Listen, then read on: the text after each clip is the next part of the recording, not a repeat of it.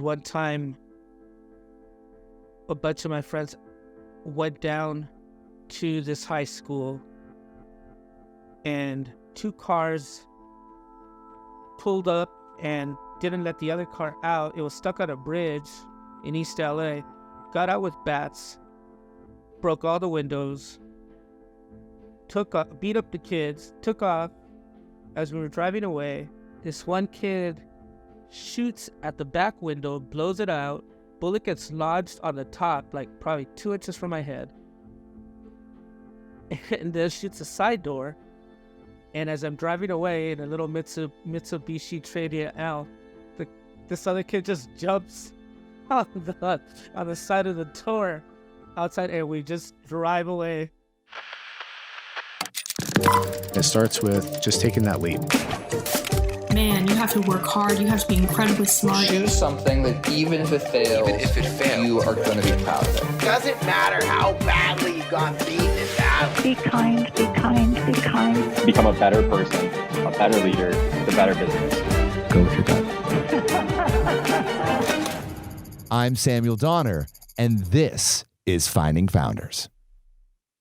We'll get back to the podcast right after this break. AI is eating the web as we speak, and what that means for business is this.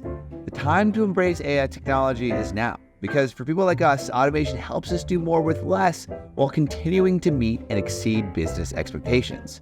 It's basically magic. If you haven't tried HubSpot's new AI features, you should do that. Content Assistant and ChatSpot are 2 brand new tools that will immediately save you and your team's time. HubSpot's features run on ChatGPT's tech to help you make compelling content and manage your CRM way faster than before. We're talking ad copy, data analytics, workflow automations, all with the chat command. So work smarter, not harder, and head to HubSpot.com/artificial-intelligence to learn more about using AI to streamline your marketing, sales, and customer service ops. Find out more about how to use AI to grow your business at HubSpot.com/artificial-intelligence. And now, back to the podcast. A few inches down, and he would have been dead in the front seat of his mom's Mitsubishi. Yet as Raul weaved in and out of traffic towards his future, untouched and laughing, it seemed like it was just another day in 1990s Los Angeles. Flash forward to the present, and Raul Baltazar is still in LA. And now he's an established painter and performance artist working to understand the experiences of Mestizo and Mesoamerican Indigenous communities. With exhibitions held in LA, Mexico, Taiwan, Vienna, and Australia, Raul's exploration of post-colonialism and trauma responses has earned him international acclaim over the past decade. But before he ever went to art school or joined a drag show at the Navy, Raul found his love for art in his hometown. Whether he was going to school or merely walking with his friends, El Sereno's Chicano murals stood out from every wall, telling a story of past resistance. Can you just take me back to some of your earliest memories growing up around LA? What comes to mind is walking to school, and it was just this little beautiful oasis of a little trail. So I remember walking a lot and running into these big Chicano power murals, which were always very interesting to me. What are those? Chicano artists would paint murals of empowerment throughout different neighborhoods. So I remember a brown fist, up in the air, and a Mexican revolutionary Tweety bird with 2 handguns pointed at you. Yeah, it was iconography that that you just kind of grew up with, and then later on you might even I don't know. I went through this whole phase of I would say like media indoctrination and like a stage of colonization where you're made to feel ashamed of your own culture, trying to fit into a bigger culture. How do you think that you were ashamed?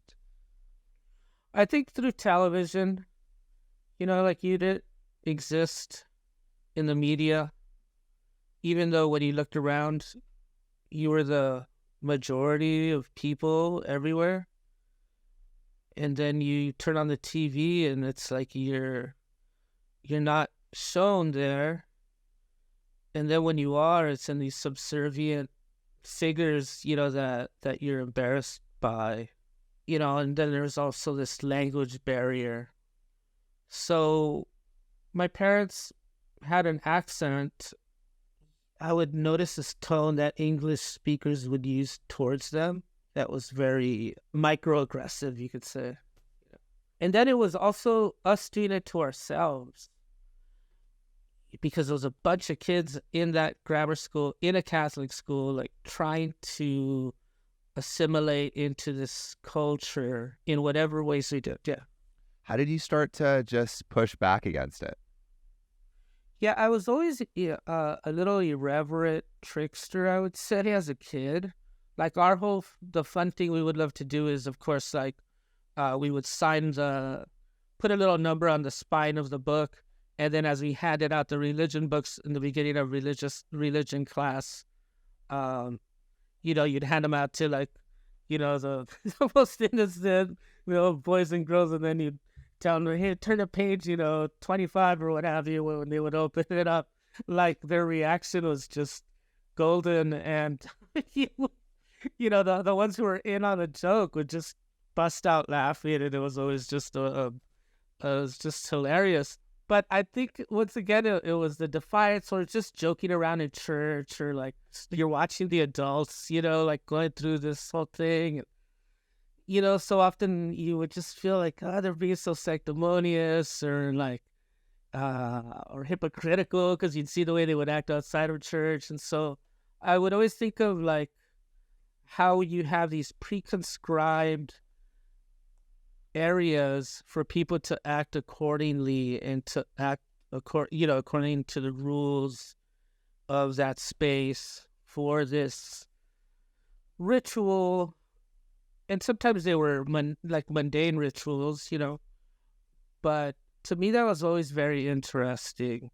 Was art arising and coming up in other areas of your life? Like, was it something that you knew you were interested in from an early age? When it came to the artwork, like, with a capital A kind of stuff, like, the only thing I remember seeing was a lot of, like, kind of Catholic art, paintings inside churches or the school. And little by little, I would get exposed to, they had, like, my parents had, like, the Blue Boy, which is a famous painting at the Huntington Library image. Yeah, you had the murals everywhere. You had gang graffiti, a lot of cholo graffiti around, the neighborhood. And, when we would venture out, outside of, El Sereno area, and going to the west side, of course, you would see like different types of artwork as well. Or as kids, you go on field trips to a museum, so that was definitely something. But then there was also like the beginnings of like hip hop culture, BMX culture, skating. Yeah, like what scenes were you entering into?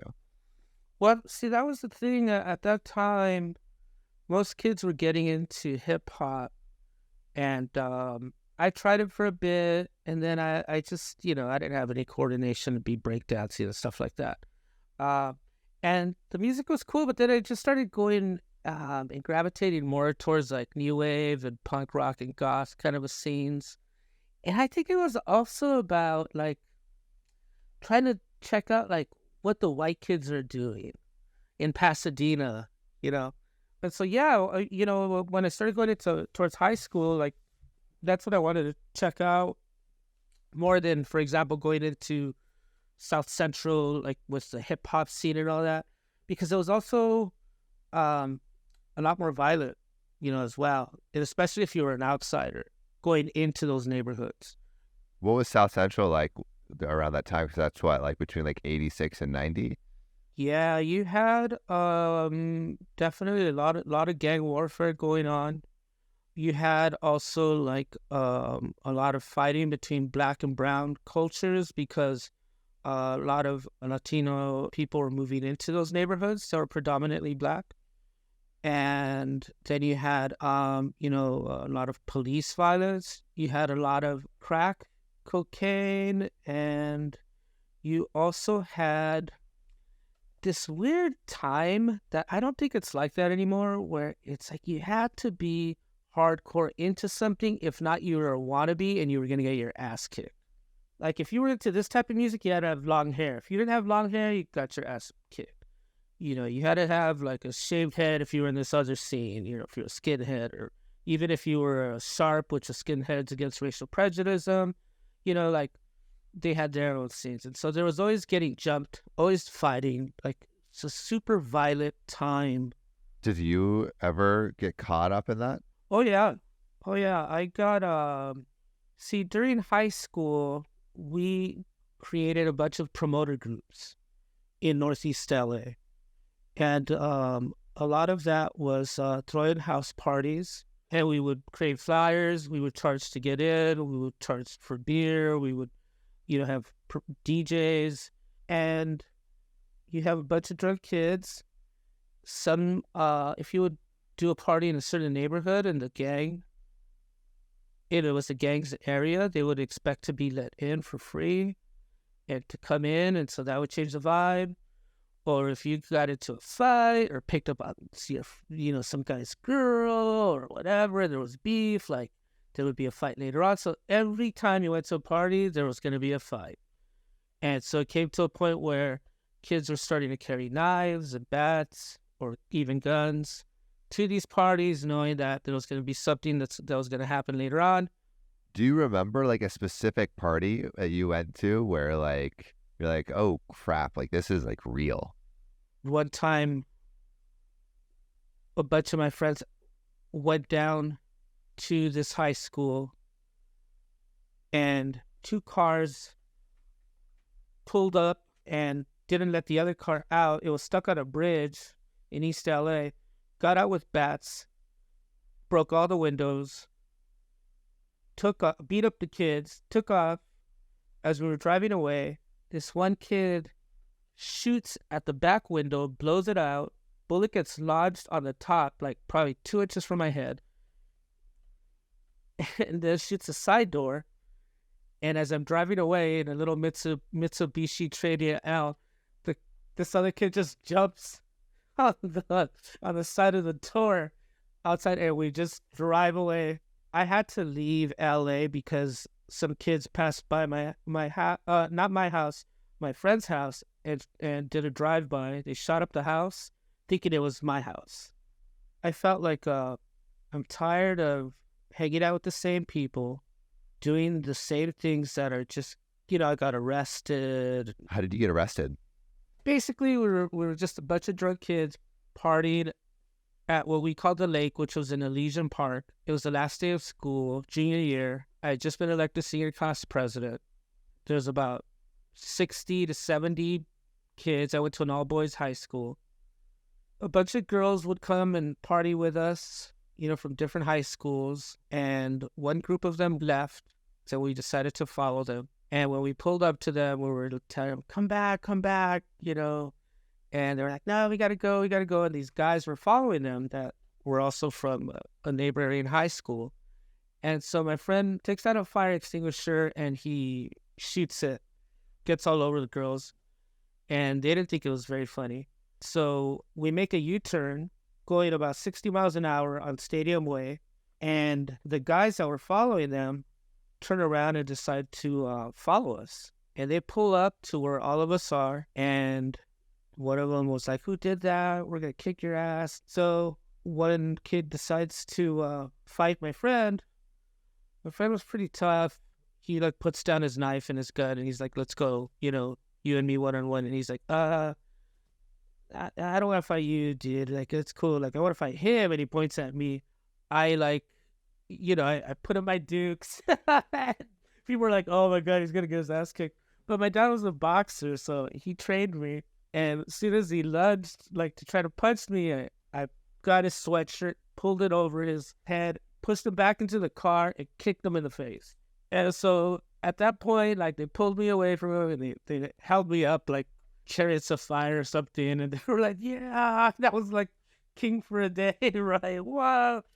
So anyhow, those kids leave.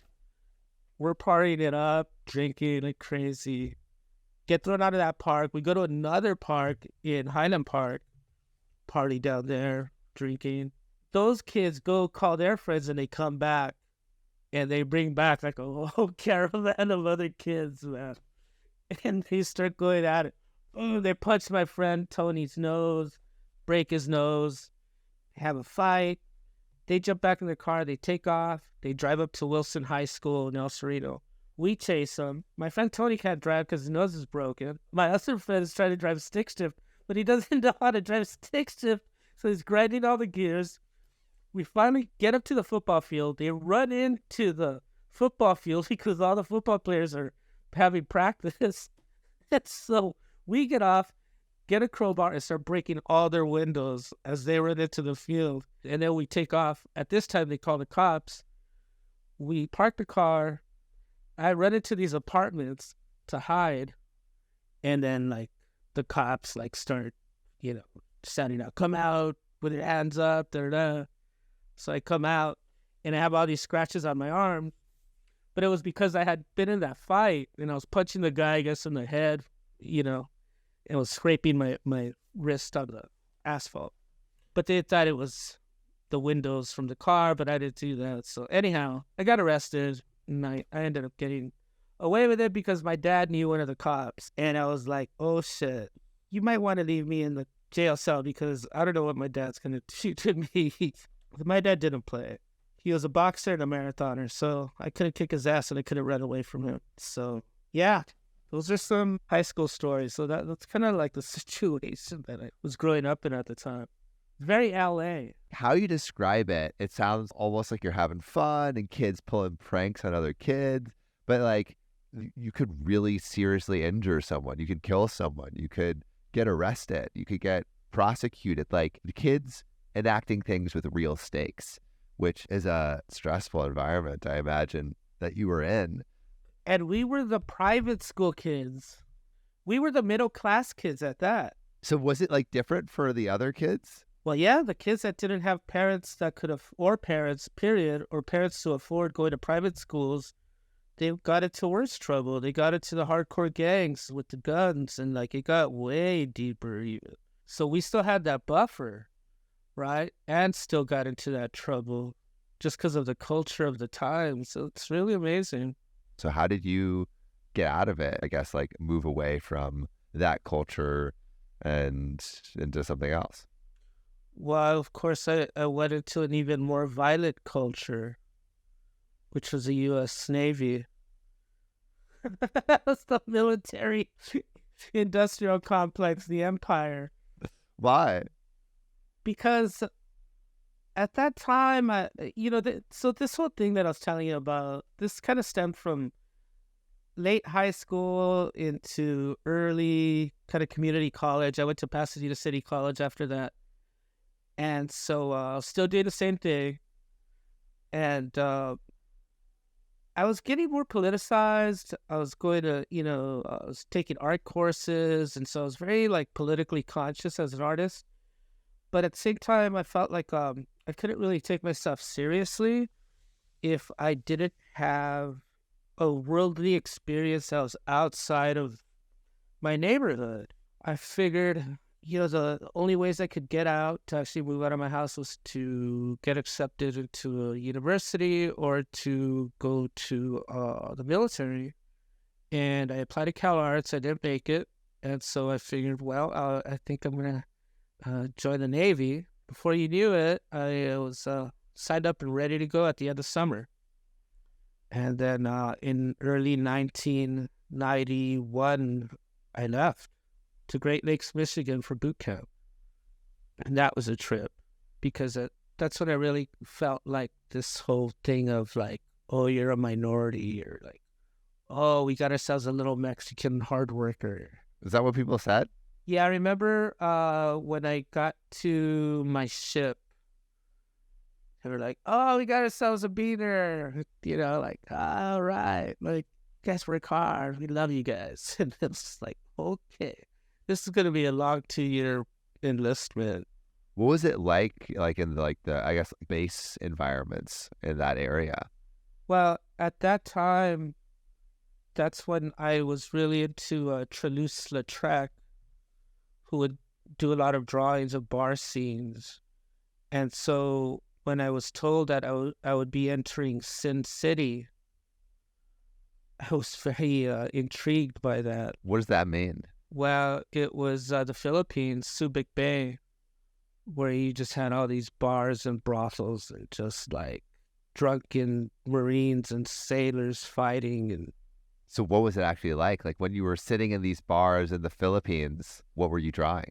I was drawing a lot of the shows that they were doing. I was drawing interactions with myself and other sailors, drawing imperialism as it's happening, and also how I'm also complicit in it, where I'm the oppressor and the oppressed at the same time. That consciousness started opening to me. I became more of a complex character, and I kind of saw like the nuances of what it is to be an American. It was very interesting.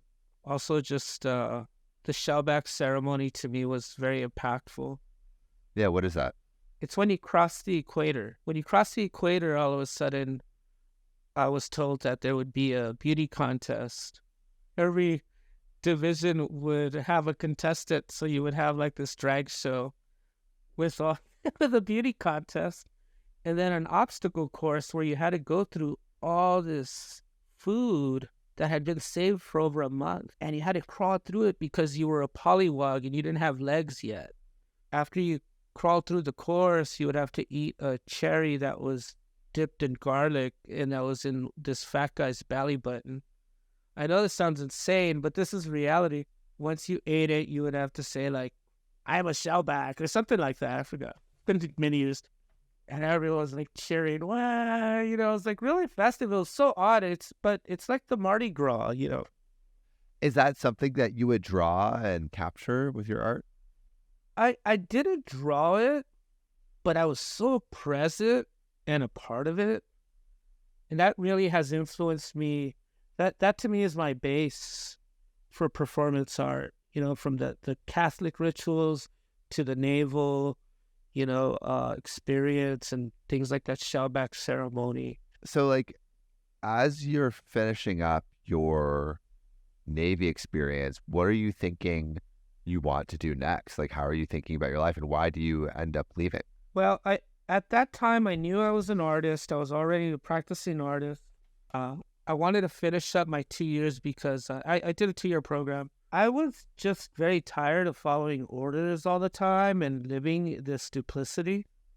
I was ready to move on to my next, you know, phase of life. So that, you know, once I finished up my time there, I moved back to LA and I started organizing and doing art shows at a space called the Generación. And this was, what was interesting was that this guy, Tim Chile, he shows me this cassette of Rage Against the Machine. And I was like, this guy's talking about 2020 vision and murals with metaphors? Like, what? And so I look at the names, and it's Beto de la Rocha, or Zach de la Rocha. But I knew his father, Beto de la Rocha, was a famous Chicano artist.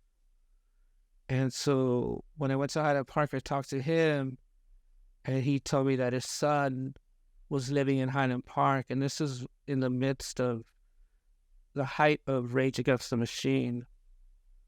And so I went to go talk to him because I was very inspired by the work he was doing.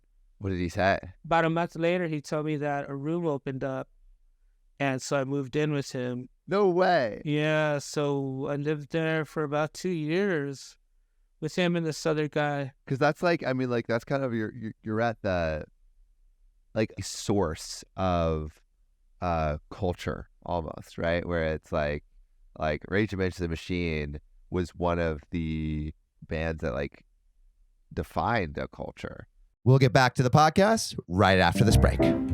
Marketing Against the Grain, hosted by Kip Bodner and Kieran Flanagan, is brought to you by the HubSpot Podcast Network, the audio destination for business professionals. If you want to know what's happening now in marketing, what's ahead, and how you can lead the way, this is the podcast for you. Hosts Kip Bodner and Kieran Flanagan share their marketing expertise unfiltered in the details, the truth, and like nobody tells it to you. One of the episodes I really liked was about Apple's new VR headset, and is it bad news for Mark Zuckerberg? Listen to Marketing Against the Grain wherever you get your podcasts. And now, back to the podcast. And so being so close to that, and being an artist yourself, like what was it like being so entrenched in that environment? Well, Zach was very well read, very cultured, knew the best of music and movies and talented. So it was amazing to just be a witness to that at the same time, knowing that I was there to organize artists and kind of using those party promotion skills once again, but this time, going back to these neighborhoods and also politicizing people at the same time as we're making art events and cross-pollinating with performance artists and musicians and poets. So it was about just gathering people and trying to organize. At that time, the Zapatistas revolted.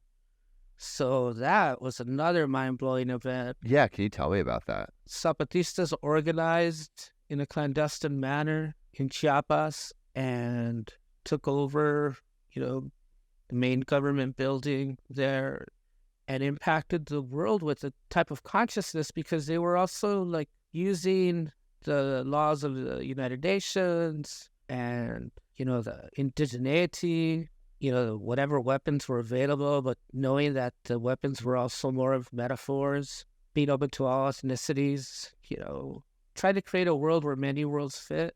Where were you when you were living with Zach De La Rocha? This was in Highland Park. All of the stuff with the revolution in Zapatistas, that was happening in Mexico? That was happening in Chiapas, but it affected all of Mexico and the world. So right away, just on New Year's Eve, or day, you heard about it, and it just resonated throughout. How did it change you and what you were doing in Highland Park area and in LA? I think a lot of Chicanos were dealing with their own, Chicano movement, but also learning from the Black Power movement. And in the U.S., when the impact of what happened in Chiapas with the Zapatistas, all of a sudden it brought this whole wave of the movement from the south up north. And then it merged with what was happening from the east to the west. Just it coalesced into this movement in LA. And to me, that was so powerful because it connected me back with my indigeneity. That empowered me a lot, as well as other community members. And these were the discussions that were happening, right? So then then we started getting more exposed to culture and going into ceremony and ritual. And then that was even more powerful. It was almost like you felt more connected to your heritage, basically, from this movement that was happening. And then also with the artistic movement that was happening, you had an ability to express it too. Well, the thing is, it's the bandwidth between innovation and tradition, right? And somehow you find yourself resonating between the two. Did you feel drawn? Because I feel like you mentioned almost these two cultural waves coming from the south and the north. Did you feel that you wanted to gravitate towards one or the other? Was there a pull towards Mexico and a pull maybe towards Northern California?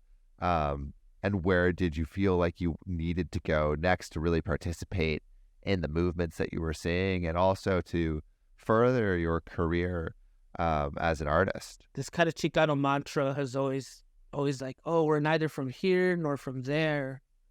But I always thought, but what if we were from there and from there? What if we're both? The only thing about hanging out with all these super hardcore politicized people and being an artist was that all my dumb questions and my different way of thinking could often hinder the movement, because they just want like slogans and this is what we got to do to get here. Don't don't make art for artsy. And I'm like, this isn't artsy fartsy. Like, these are like legitimate questions or alternatives, or like, I'm trying to be visionary here. Like, I'm trying to find like a whole other way of thinking. And so that's where I started kind of moving away from that era of my life with Veneracion.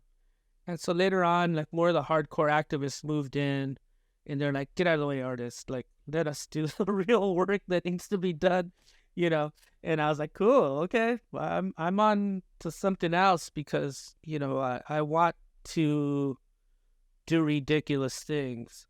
I moved up to Berkeley. That's where there I was organizing. I was doing some really cool events with,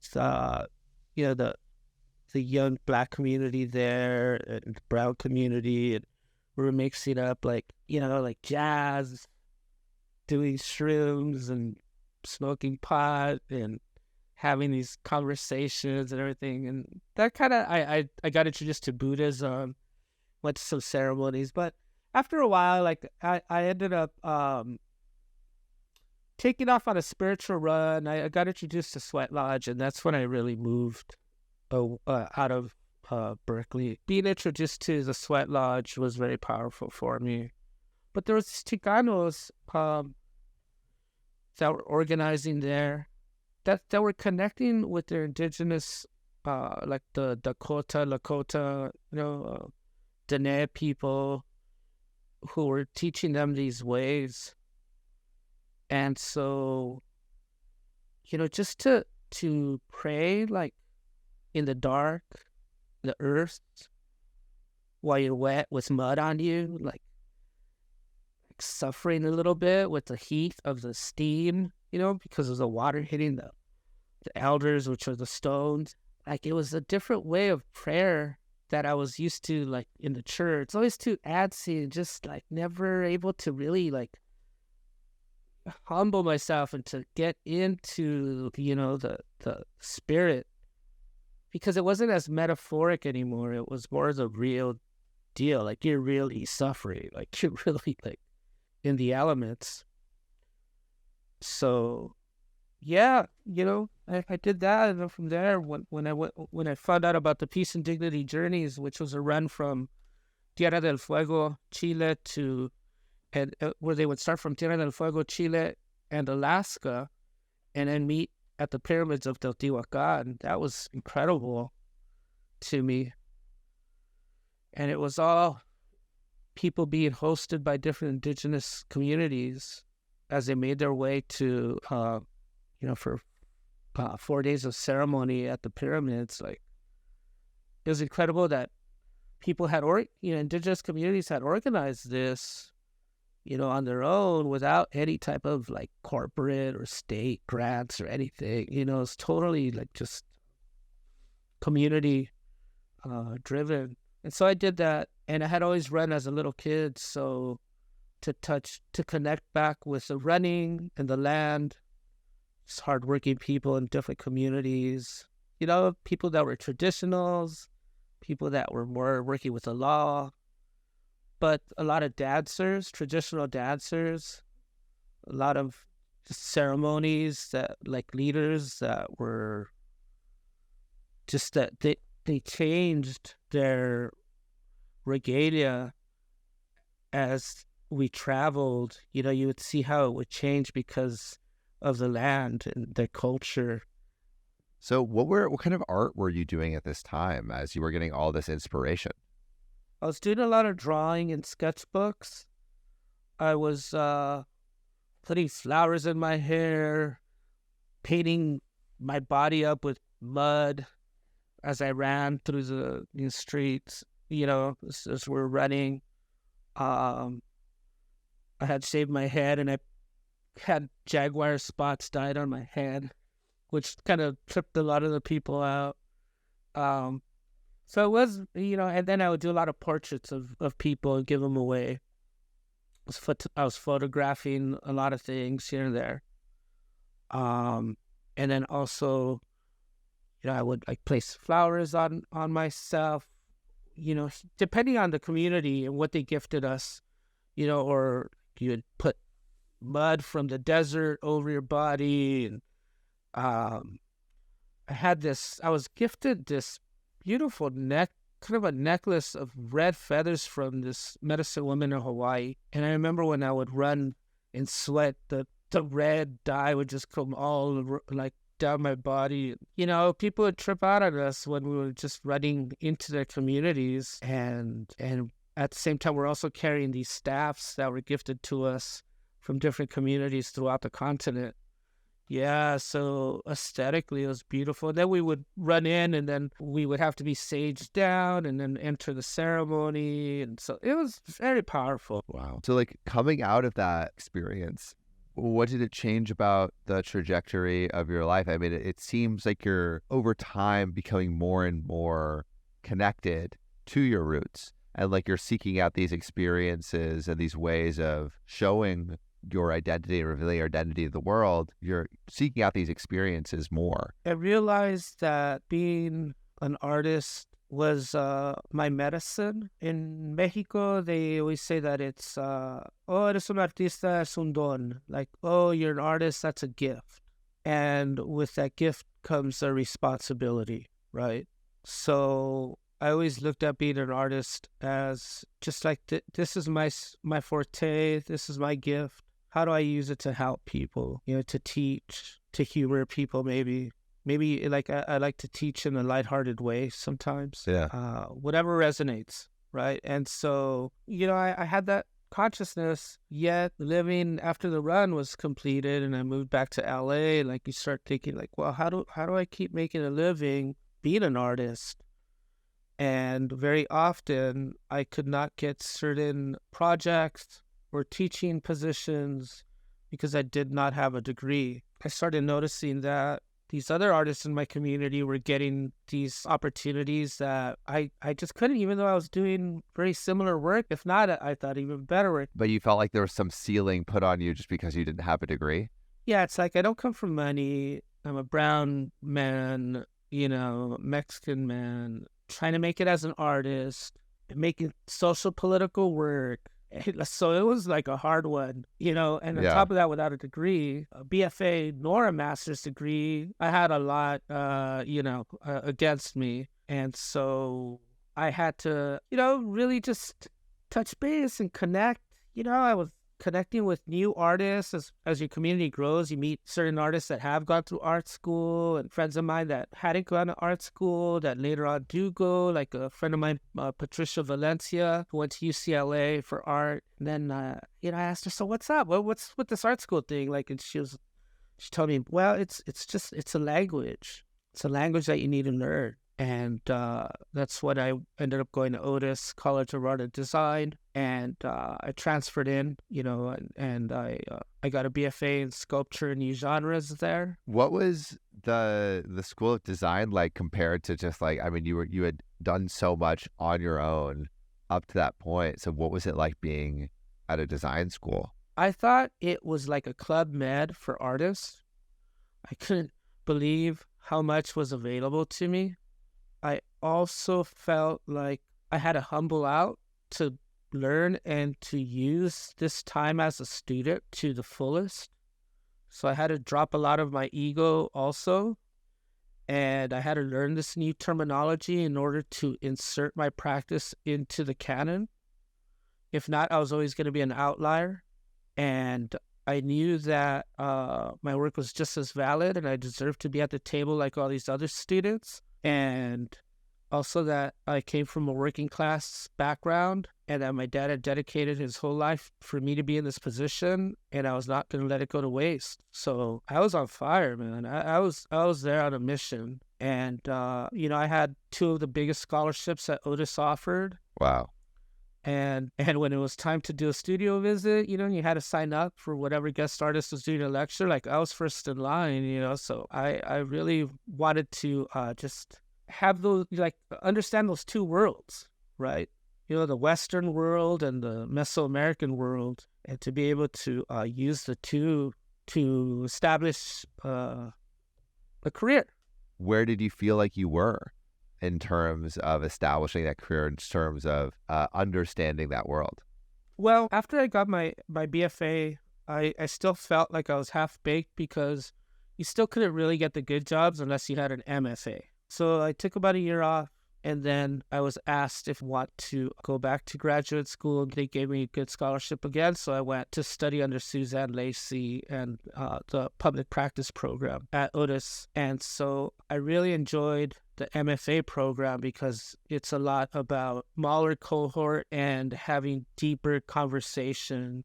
I think that's the most powerful thing about a graduate degree or program. A strong one is that they give you those 2 years to develop your thoughts and to actually write them down. So what did you actually start like making once you left? I began to better develop this archetype of a trickster named Tochli 7, the Aztec Bunny, and doing performances that were out in the streets, that were confronting people that weren't there for an art experience, and I would put them into the situation. What was the situation that you put them in? I would climb a rope ladder that was kind of like a theme park rope ladder and just try to see if I could do it. That became like a mascot for the people, like trying to get them to chat. But for me, that rope was like crossing the border. One piece that I did that was really incredible was I was asked to go to Mexico, and they had an artist for every state in Mexico to do a performance or to do a sculpture. And so I was the only Chicano to represent the Chicanos. And so for 4 days, I performed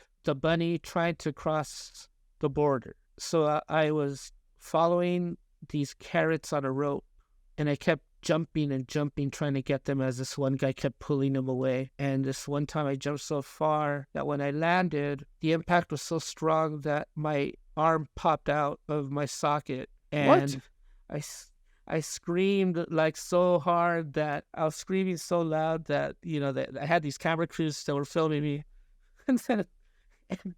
and so they cut the performance, but I knew that I had to keep performing because this whole piece was in commemoration of people that cross the border every day, and things like that happen all the time. So how could I stop? So at the end, we had carrot cake and carrot juice, and everyone wrote a name of a loved one who had crossed the border, and we had a little bunny mask for them.